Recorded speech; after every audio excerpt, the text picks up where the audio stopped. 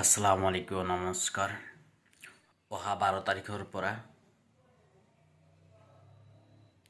HS আৰু এইচএলচি exam আৰম্ভ হ'ব। পোনপ্ৰথমে সকলো এইচএছ আৰু এইচএলচি পৰীক্ষাৰ্থীলৈ আমাৰ ইকৰাবাৰী আঞ্চলিক আমচুৰ ফালৰ পৰা আন্তৰিক শুভেচ্ছা জ্ঞাপন কৰিছোঁ। তাৰ লগতে সকলোৰে যাতে ৰিজাল্ট ভাল হয় তাৰে কামনা কৰিছোঁ আৰু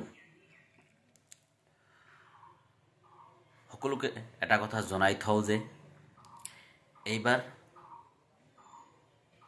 চৰকাৰে এটা সিদ্ধান্ত লৈছে। সেইবাবে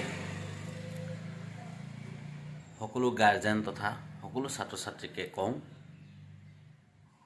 যে চৰকাৰে যি কঠোৰ নীতি নিৰ্দেশনা দিছে সকলো মানি চলিব লাগে।